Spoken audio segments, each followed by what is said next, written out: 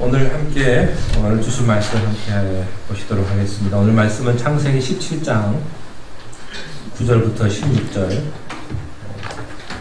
16절까지 말씀입니다. 창세기 17장 9절부터 16절까지 한 절씩 교독하십니다. 제가 먼저 읽겠습니다. 하나님이 또 아브라함에게 이르시되 그런즉 너는 내 언약을 지키고 내 후손도 대대로 지키라.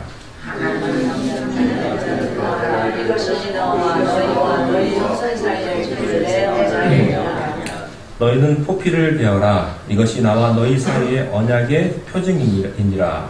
너희에게 모든 남자는 지체에서 나잖아. 또는 너희 자손이 아니라 이방과 사람에게서 너도 사람을 만나고 나는 이팔 말에 할례를 받으라.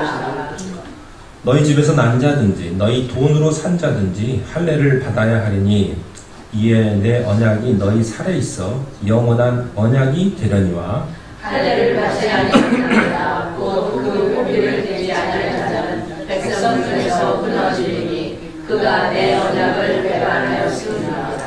하나님이 또 아브라함에게 이르시되 내 아내 사레는 이름을 사레라 하지 말고 사라라 하라.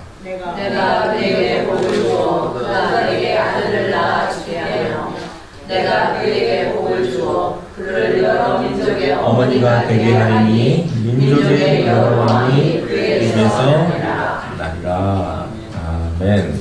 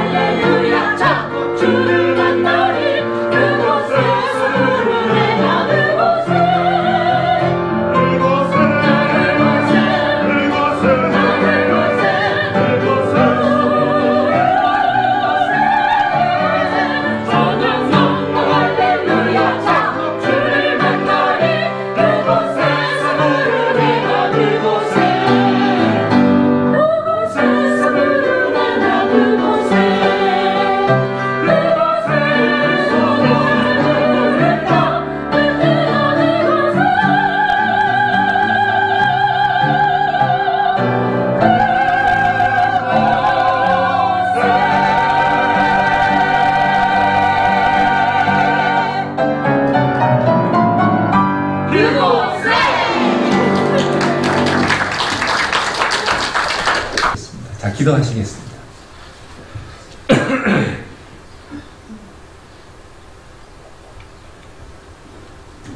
하나님 아버지, 이 시간 성령님께서 전하는 자의 입술을 주장하여 주시고 죄된 모습 감추어 주시고 오직 주님께서 기뻐하시고 주님께 영광을 돌려드리는 귀한 말씀의 시간으로 인도하여 주시옵소서. 예수님의 이름으로 기도하옵나이다. 아멘.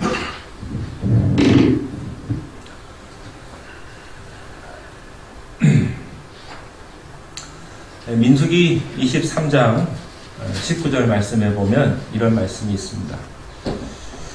하나님은 인생이 아니시니 시건치 않으시고 인자가 아니시니 후회가 없으시도다. 어찌 그 말씀하신 바를 행치 않으시며 하신 말씀을 실행치 아니하랴 하는 것입니다. 우리 하나님은 약속을 지키시는 분이십니다. 그리고 후회가 없으신 분이십니다. 하신 말씀은 반드시 지키시고 또 실행하시는 분이 우리 하나님이십니다. 다시 한번 읽어보겠습니다. 하나님은 인생이 아니시니 시건치 않으시고 인자가 아니시니 후회가 없으시도다.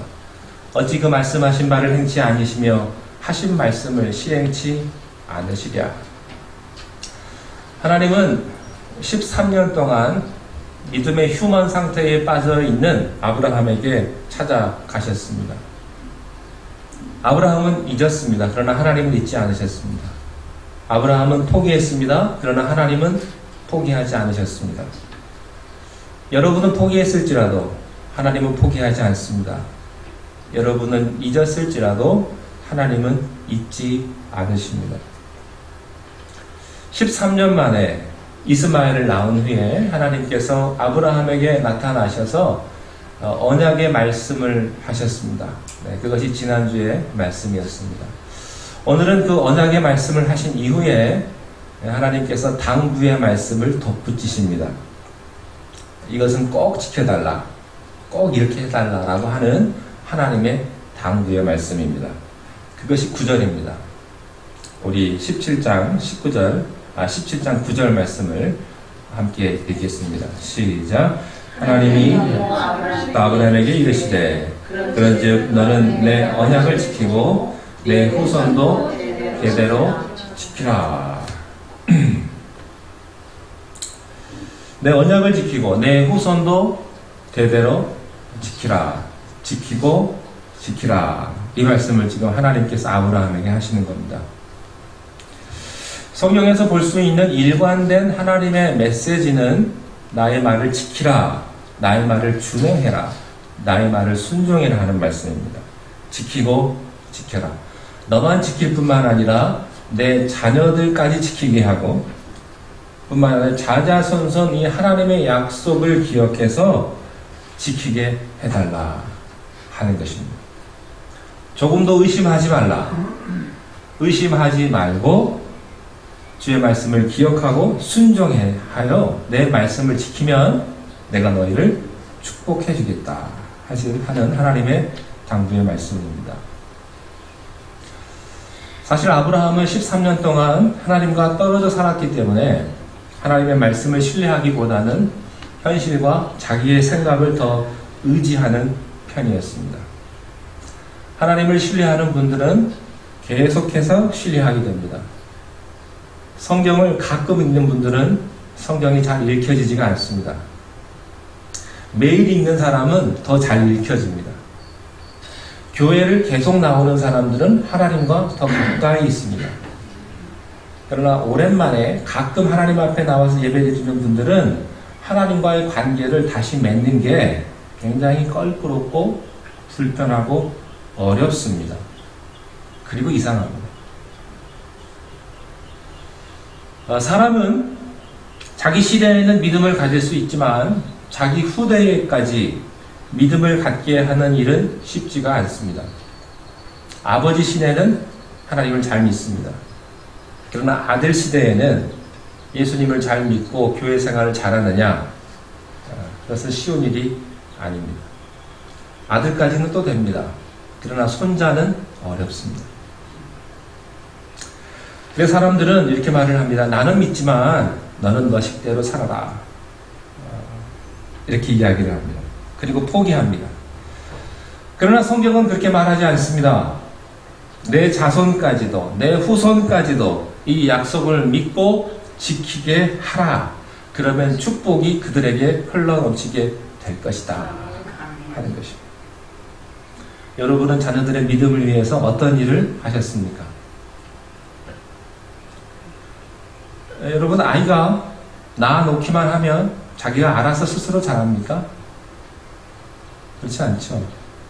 젖을 먹이고 기저귀를 갈아주고 업어주고 데리고 가고 기억니언을 가르치고 ABC들을 가르쳐서 그가 이 사회에서 잘 적응할 수 있도록 부모가 적극적으로 개입하는 것입니다.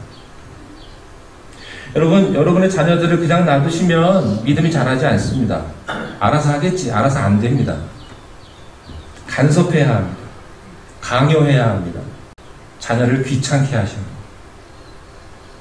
그래서 여러분의 자녀가 믿음이 자랄 때까지 여러분들이 믿음을 가르쳐 주셔야 합니다. 하나님을 기억하게 해야 합니다. 예배하게 해야 합니다. 이것이 축복의 비밀인 것이죠. 그러나 많은 그리스도인들은 자녀들이 교회 나가는 것에 대해서 별로 관심이 없습니다. 저희 그러실 수 있습니다. 목사님 자식을 안 키워봐서 모를 텐데요. 요즘 자식이 말을 듣습니까? 안 듣죠. 그래요. 힘든 일이에요. 그러나 여러분, 자녀가 하나님을 멀리 따라가는 것을 언제까지 방관하시겠어요? 여러분이 정말 하나님의 자녀라면, 여러분이 정말 하나님의 축복을 믿는 사람이라면 자녀들이 하나님을 멀리 떠나는 것을 언제까지 놔두시겠냐 이거예요. 제가 아는 분이 LA에 사시는 분이 한 분이 계셨는데 어느 날 제가 전화를 드렸더니 갑자기 포틀랜드 이사를 가셨다는 거예요. 왜 이사 가셨어요? 라고 물어보니까 자기 아들, 고등학생 아들이 있는데 이 아이가 마약을 하고 깽에 빠져가지고 이 아이를 어떻게 할 수 있는 방법이 없더래요. 그래서 다 포기하고 포틀랜드로 가족이 다 이사를 가버렸어요. 거기서 아버지는 아들을 붙잡고 1년 동안을 사는 거예요. 직장도 포기하고. 지금은 그 아들이 군대도 갔다 오고 아주 건실한 청년이었어요. 여러분은 여러분의 자녀들의 믿음을 위해서 이사해 본 일이 있으십니까? 여러분의 자녀의 믿음을 위해서 직장을 포기해 보신 일이 있으십니까? 그분이 돈이 많아서 직장 포기한 게 아니에요. 자식보다 더 중요한 일이 없기 때문에 그가 포기한 거예요. 그렇습니다. 그런 희생의 대가를 치르면서도 자녀들에게 믿음을 가르쳐 주시는 분들, 그분들은 분명 축복의 사람임에 틀림이 없을 거예요. 내 후손도 대대로 지키게 하라. 하나님의 부탁입니다. 하나님의 부탁. 10절 말씀을 함께 읽겠습니다. 10절 너희 중 시작. 너희 중 남자는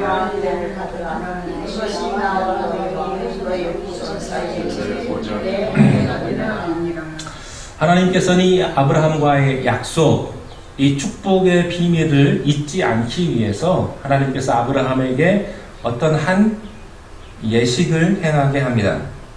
절대로 나를 잊지 않도록, 하나님을 기억하도록 하나님께서 증표, 사인을 주신 것이죠. 그것이 바로 할례입니다. 할례란 하나님을 기억하는 증표입니다. 여러분, 할례란 무엇입니까? 여러분이 아시는 대로 남자의 생식기에 표피를 잘라서 요즘 말로 하면 포경수술과 같은 것입니다. 난지 8일 만에 하는 것이죠. 이 남자의 생식기에 표피를 절제함으로써 하나님을 기억하게 하는 것이죠. 일종의 계약서입니다. 계약서를 종이에 쓰거나 계약서를 자른데 하지 않았습니다. 남자의 생식기에 심어놓음으로써 매일 기억하게, 자기만 기억하는 것이 아니라 자기 자녀들도 기억하고 후손들도 기억할 수 있도록 만든 것이 바로 할례 의식이었다고 하는 것이죠. 11절 말씀을 함께 읽겠습니다. 11절 시작.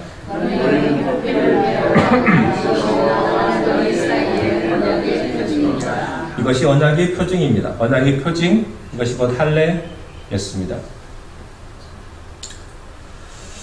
이 세상의 모든 일들은 약속을 통해서 이루어집니다. 집을 살 때도 계약을 하죠. 누구와 만날 때도 그냥 가지 않습니다.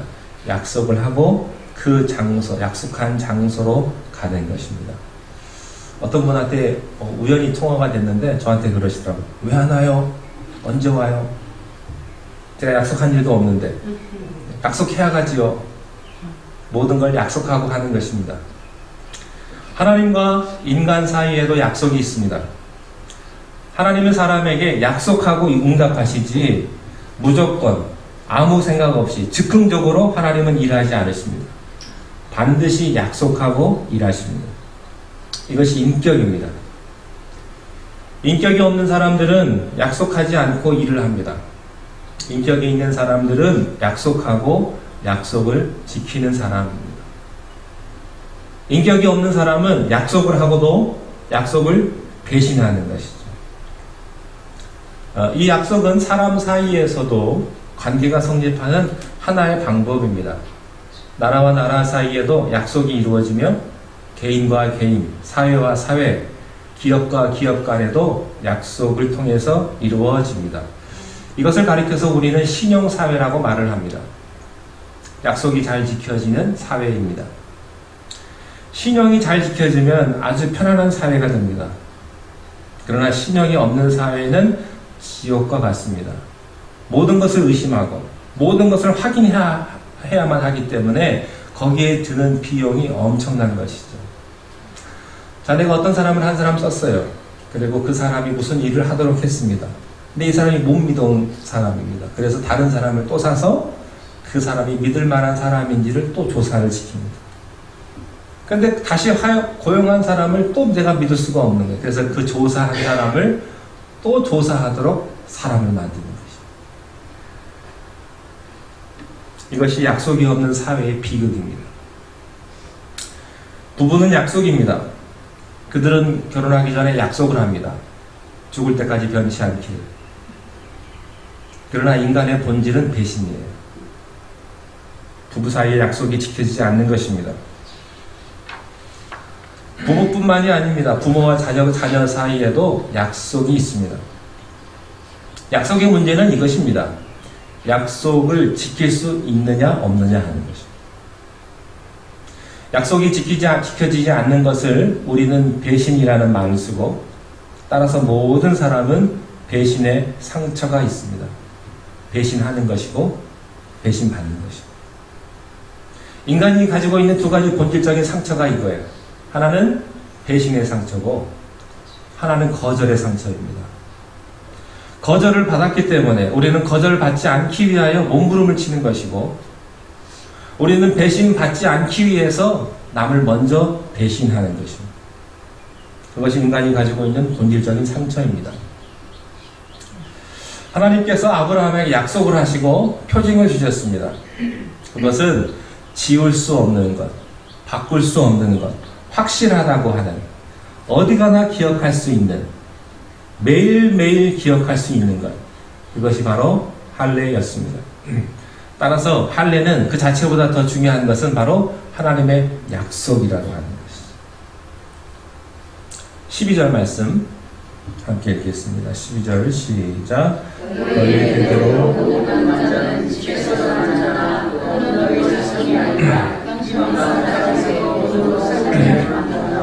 난지 8일 만에 할례를 받을 것이다. 여기 재미있는 말씀이 있습니다. 할례를 난지 8일 만에 받는데, 그러면 누가 할례를 받느냐 하는 거예요. 누가 받느냐? 이 말씀을 보니까 모든 남자는 집에서 난 자나 또는 너희 자손이 아니라 이방 사람에게서 돈으로 산 자라 할지라도 8일 만에 할례를 받을 것이라.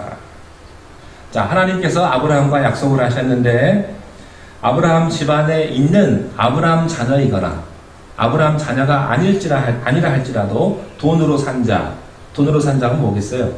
노예죠. 종이죠. 이방인이에요. 아브라함의 자손이거나 아니면 이방이거나를 막론하고 누구든지 아브라함의 집안에 있는 모든 사람들은 이 할례를 받을 것이다. 이게 아주 중요한 얘기입니다. 이것이 우리들의 구원에 있어서 아주 중요한 말씀이에요. 여러분, 우리가 이스라엘이라고 이야기할 때 이스라엘은 선택된 백성이라고 이야기를 하고, 이스라엘은 하나님을 독점했다고 이야기를 하죠. 그리고 그들은 음식도 구별해서 먹습니다. 그리고 선민이라고 말하죠. 자부심이 있어요. 그런데 이렇게 한번 질문을 해보겠습니다. 이스라엘이 하나님의 선택을 받기 전에는 그들이 누구였습니까? 그들도 하나님의 선택을 받기 전에는 그들이 개처럼 취급하는 이방인들하고 똑같은 이방인이었다는 것입니다. 여러분, 이방인이 되기 전에는 그들도 똑같은 이방인이었다는 사실이란 말이죠. 자, 우리가 하나님을 믿고 하나님의 자녀가 되었습니다. 자, 그러면 우리가 그 전에는 무엇이었습니까? 마귀 자식이죠. 다 죄인이죠. 다 본질상 죽을 수밖에 없는 죄인이었단 말이죠. 그러나 우리가 예수를 믿고 하나님의 자녀가 되는 특권을 누렸을 뿐이지 사실 우리들의 본질은 죄인이죠. 그런 거예요. 그럼에도 불구하고 이스라엘의 실수는 무엇인가? 자기들이 뭔가 다른 줄 알았는 거예요. 자기들은 너희들하고는 다른 인간이다. 나는 하나님을 독점했다. 나는 똑똑한 사람이다. 잘난 체한 거예요. 교만한 것이죠. 여기에 비극이 있습니다. 여러분, 하나님께서 왜 이스라엘을 선택하셨나? 그들이 유별나서? 그들이 잘나서가 아니에요. 어떤 한 민족을 택해서 그들로 말미암아 메시아를 이 땅에 보내주시고 그 메시아를 통해서 모든 인류를 다 구원하시기 위한 하나님의 계획이셨는데 이스라엘은 자기들이 잘나서 자기들만 구원받는다고 착각을 한 것입니다. 여러분, 그것은 하나님의 선택의 목적이 아닙니다. 하나님께서 여러분을 선택하신 목적은 선택받지 못한 다른 사람을 위하여 여러분을 선택하셨다고 하는 것입니다. 여러분이 잘 먹고 잘 살라고만 하나님 부르신 거 아니에요. 여러분이 구원받고 은혜 받았다면 그 사랑을 은혜 받지 못한 사람들에게 나누어 주라는 의미에서의 선택인 것입니다. 그러나 사람들은 그렇게 생각하지 않습니다. 하나님이 왜 우리를 축복하실까? 내가 잘 먹고 잘 살고 나만 건강하라고 하나님이 나에게 축복을 주시는가? 나를 선택해 주시는가? 그게 아니라는 거예요. 여러분이 부자가 될 까닭은 가난한 자 도우라는 것이고 여러분이 건강한 까닭은 병든 자를 도와주라는 것이고 여러분이 자유한 것은 억압받고 힘들어하는 사람들을 도와주라고 하는 하나님의 뜻이에요. 이게 선택입니다. 하나님이 아브라함을 선택한 까닭은 아브라함 너희 가족만 잘 먹고 잘 자라는 뜻이 아니라 너를 통해서 모든 열방이 구원을 얻게 하기 위하여. 그래서 하나님께서 아브라함을 택해서 할례를 줄 때 내 자녀만 할례 받지 말고 돈으로 산 종이라 할지라도 그들에도 할례를 받게 해라. 그러면 내가 다 축복해 주겠다 하는 하나님의 말씀인 것입니다. 13절 계속해서 읽겠습니다. 13절 시작. 너희 집에서 남자든지 너희 돈으로 산 자든지 할례를 받아야 하니 이에 내 언약이 너의 살이 있어 영원한. 13절은 12절하고 똑같은 표현이에요. 너희 집에서 난 자든지 돈으로 산 자든지 이건 중요하지 않다는 거예요. 그건 중요한 것이 아니다. 그러면 뭐가 중요하냐? 할례를 받는 게 중요하다. 아니죠. 할례보다 더 중요한 건 뭐예요? 하나님의 언약, 하나님의 말씀, 그게 더 중요한 거예요. 생각해 보세요. 할례라는 남자의 생식기의 표피를 잘라내는 게 무슨 의미가 있겠어요? 그가 하든 안 하든 그거하고 무슨 상관이 있어요? 그 의미가 더 중요하다는 거예요. 할례의 의미는 뭡니까? 내가 너를 잊지 않고 너의 하나님이 되며 축복을 줄 것이라고 하는 하나님의 언약의 사인에 불과한 것이었습니다. 너희 집에서 난 자든지 돈으로 산 자든지 이건 무슨 뜻입니까? 가문이 중요하지 않다. 학벌이 중요하지 않다. 배경이 중요하지 않다. 종이든지 주인이든지 배운 사람이든지 못 배운 사람이든지 노인이든지 젊은이든지 이방인이든지 누구든지 하나님 안에서는 다 똑같은 사람이다. 누구든지 주 예수 그리스도의 이름을 부르는 자는 구원을 얻게 되는 것이다 하는 거예요. 바로 이것이 할례 때부터 숨겨져 있었던 비밀이었습니다. 자, 여러분들이 사람 차별하지 않게 되시기를 바랍니다. 남녀 차별하지 마십시오. 민족 차별하지 마시고 여러분 빈부 차별하지 마십시오. 지식의 유모를 차별하지 마시고 고향 차별하지 마십시오. 그리고 피부색 차별하지 않게 되시기를 바랍니다. 예. 그것은 하나님의 나라가 아니에요. 여러분, 하나님의 나라하고 세상 나라의 가장 큰 특징이 뭔지 아세요? 세상 나라의 특징은 구별이에요. 구별. 사람을 구분하는 거예요. 더 중요한 사람, VIP. 예. 저는 VIP가 제일 싫은 말이에요. 세상에 VIP가 어디 있어요? 교회에도 VIP가 있어요? 다 똑같죠. 네, 다 똑같아요. 하나님은 이렇게 말합니다. 내가 낳은 자식이거나 돈으로 산 자식이거나 나는 너희를 다 축복할 것이다. 다 내 자녀다 하는 거예요. 14절 말씀 보시겠습니다. 14절 시작. 할렐루야. 그 복비를 되지 않는 자는 백성 중에서 끊어지리니 그가 내 언약을 배반하였습니다. 자, 그런데 아브라함의 자녀든지 돈으로 산 자든지 할례를 받으면 하나님의 자녀가 되는데, 근데 문제가 생겼어요. 사람이 죄인인지라 할례 받은 사람은요, 자기가 할례 받았다는 특권층을 만들어 버리는 거예요. 그게 인간입니다. 우리는 올챙이적 생각을 못합니다. 일단 자리에 올라가면, 어떤 위치에 올라가고 내가 권력을 가지면 특권층이 되는 거예요. 그리고 자기 배경은 다 잊어버립니다. 그래서 어떻게 되는 줄 아십니까? 할례 못 받은 사람을 하나님의 자녀가 아니라고 정죄해버립니다. 자, 자기가 아브라함 집에 돈으로 팔려왔어요. 노예였습니다. 그런데 할례를 받았습니다. 얼마나 감사한 일입니까? 그런데 이 사람이 자기가 노예였음에도 불구하고 할례 받지 못한 다른 노예를 차별하는 거예요. 나는 너랑 다르다. 나는 특권층이다.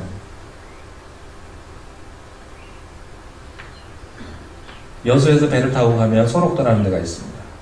나병 환자들. 근데 그들도요, 구별합니다. 나 정도만 되면 사람들이 문둥병 환자 무시하지 않는데 너는 너무 심해. 그래, 구분을 합니다. 여러분, 이 구분은요, 사람이 있는 모든 곳에 다 존재하는 거예요. 교회라고 없을까요? 교회라고 구분이 없을까요? 교회도 있죠. 구분하죠. 차별하죠. 중요한 사람, 덜 중요한 사람, 헌금 많이 하는 사람, 헌금 많이 안 하는 사람, 봉사 많이 하는 사람, 봉사 안 하는 사람, 다 우리는 구별하는 거예요. 죄인의 모습인 것입니다. 그게 죄의 속성이에요. 여러분, 할례를 받았다는 그 사실 때문에 자기는 노예였음에도 불구하고 할례 받지 못한 사람을 구분하고 무시하고 차별하고 죽여버린 거예요. 그래서 예수님이 오실 때까지 할례 받지 못한 사람들을 구별하고 구분하는 것입니다. 하나님의 사랑과 하나님의 약속은 다 잊어버리고 할례란 자체 하나만 갖고 있는 거예요. 여러분, 할례는 구원의 목표가 아닙니다. 그것은 하나의 수단일 뿐이에요. 그 자체가 무슨 능력이 있겠습니까? 이것은 종교적인 오만과 실수인 것이죠. 수단을 목적으로 만들어버린 것입니다. 수단이 목적이 될 수는 없죠. 수단은 수단일 뿐이죠. 진정한 할례는 이런 의미에서 육체에 하는 것이 아니라 마음에 하는 것입니다. 신명기 30장 6절의 말씀에 보면 이런 말씀이 있습니다. 내 하나님 여호와께서 내 마음과 내 자손의 마음에 할례를 베푸사. 마음에 하는 것이다. 여러분, 육신에다가 그 살을 찢어내는 게 무슨 의미가 있겠냐 말이죠. 여러분, 진짜 할례는 마음에 하는 거예요. 마음에. 여러분, 하나님을 마음으로 믿는 거지 겉으로 어떤 쇼하면서 믿는 거겠습니까? 마음의 할례를 받지 못한 사람은 할례를 못 받은 거예요. 내 하나님 여호와께서 내 마음과 내 자손의 마음의 할례를 베푸사 너로 마음을 다하며 뜻을 다하여 내 하나님 여호와를 사랑하라. 너로 생명을 얻게 하실 것이다. 진짜 할례는 마음에 하는 것이고, 마음의 할례를 받은 사람의 특징은 무엇인가? 마음과 뜻과 정성을 다하여 하나님을 사랑하게 되는 것이 중요하단 말이죠. 하나님을 이용하는 게 중요하지 않단 말이에요. 우리들은 하나님을 사랑하기보다는 하나님을 이용해요. 나를 위해서. 시편 34편에 이런 말씀이 있습니다. 여호와를 기뻐하라. 저가 내 마음의 소원을 응답해 주시리라. 근데 우리는 하나님을 기뻐하기보다는 하나님이 주시는 것에만 관심이 많아요. 축복도 좀 주시고 건강도 주시고 일도 좀 잘 되게 해주시고. 그러나 하나님 기뻐하는 데 관심 없어요. 그래서 하나님께서 이렇게 말씀하시는 거예요. 먼저 하나님을 기뻐하라. 그리하면 내 마음의 소원을 응답해 주겠다 하는 거예요. 여러분이 하나님을 이용하는 거예요? 아니면 하나님을 사랑하는 거예요? 많은 사람들이 하나님 일대 실수는 하나님을 사랑하는 쪽이 아니라 하나님을 이용하려는 데 문제가 있죠. 로마서 2장 25절 26절에 보면 이런 말씀이 있어요. 우리가 율법을 지켰다면 할례가 무슨 의미가 있지만 율법을 지키지 못했다면 할례가 무슨 의미가 있겠느냐. 그렇기 때문에 무할례자가 율법을 지키면 할례 받는 것과 같이 되고 할례자라 할지라도 율법을 지키지 못하면 그는 무할례자와 똑같은 자니라 하는 것입니다. 아무리 할례를 받았어도 하나님의 약속을 지키지 않고 하나님을 경외하지 않고 하나님을 신뢰하지 않으면 무할례자랑 똑같은 사람이 된다는 거예요.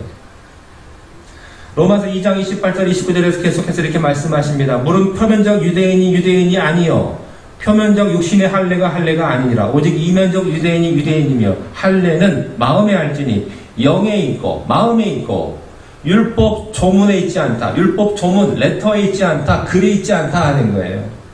진짜 하나님을 섬기는 것은 어떤 다른 글자나 어떤 겉으로 보이는 것에 있는 것이 아니라 마음에 있는 것이다. 마음으로 하나님 섬기는 것이다.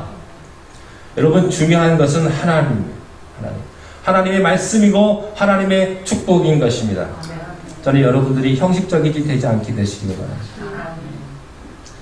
갈라디아서 5장 6절에 이런 말씀이 있습니다. 예수 그리스도 안에는 할례나 무할례가 효력이 없되 사랑으로 역사하는 믿음뿐이니라. 그리고 6장 15절에 할례나 무할례가 아무것도 아니라되 오직 새로 지으심을 받은 자뿐이니라. 그렇습니다. 할례는 마음에 하는 것입니다. 저는 여러분의 마음에 이 할례가 있게 되시기를 바랍니다. 아멘. 형식이 중요한 게 아닙니다. 형식이 없어서는 안 되는 것이지만 형식이 우리를 구원하는 게 아니에요. 자, 우리가 예수님을 믿음으로 구원받죠. 그죠? 그러면 믿음이 여러분을 구원합니까? 아니죠. 예수님이 여러분 구원하는 거죠. 믿음은 그 구원이 나에게 오게끔 하는 수단에 불과한 거예요. 그래서 어떤 믿음이냐가 중요한 거예요. 믿음 자체가 중요한 것이 아닙니다. 예수 그리스도를 향한 믿음이 중요한 거예요. 하나님을 향한 믿음이 중요한 거예요. 그래서 잘못된 믿음을 가지면 가정이 파탄되고 자기 삶이, 자기 인격이 파탄되는 경우를 우리가 많이 보지 않습니까?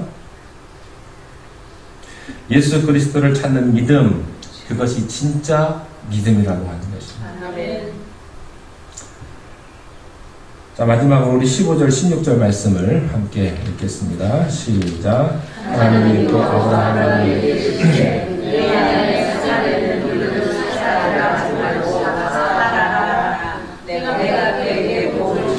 그가 내게 아들을 낳아주게 하며 내가 그에게 복을 주어 그를 여러 민족의 어머니가 되게 하리니 민족의 여러 왕이 되겠어.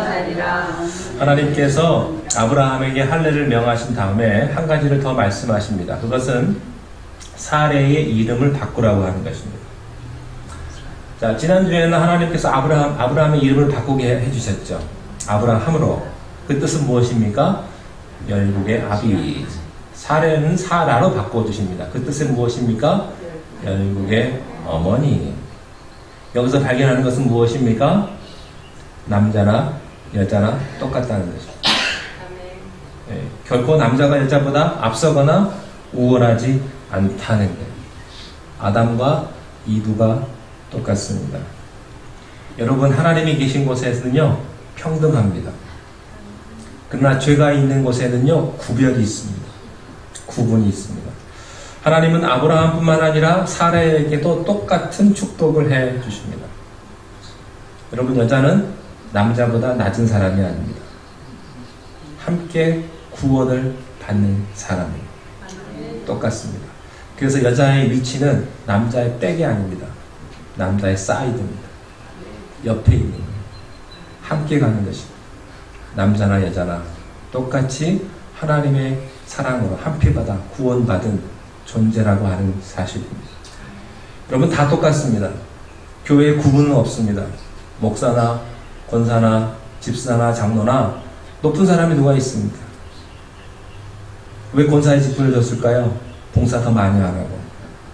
왜 목사의 직분을 주셨을까요? 목사로서의 직분을 감당하라고 준 것이지 그것이 어떤 계급적인 모습이 아니라는 것입니다. 교회 안에서 서로 하나 되며 주님의 은혜 가운데 이런 평등한 축복이 우리 가운데 있게 되시기를 주님의 이름으로 축원합니다. 기도하겠습니다. 하나님 아버지, 우리의 마음에 할례를 받게 하시고 우리가 겉으로 보여지는 형식적인 것에만 눈을 돌리지 않고 마음을 다하고 뜻을 다하여 우리의 하나님을 사랑할 수 있는 믿음을 저희들에게 허락하여 주시옵소서. 예수님의 이름으로 기도하옵나이다. 아멘.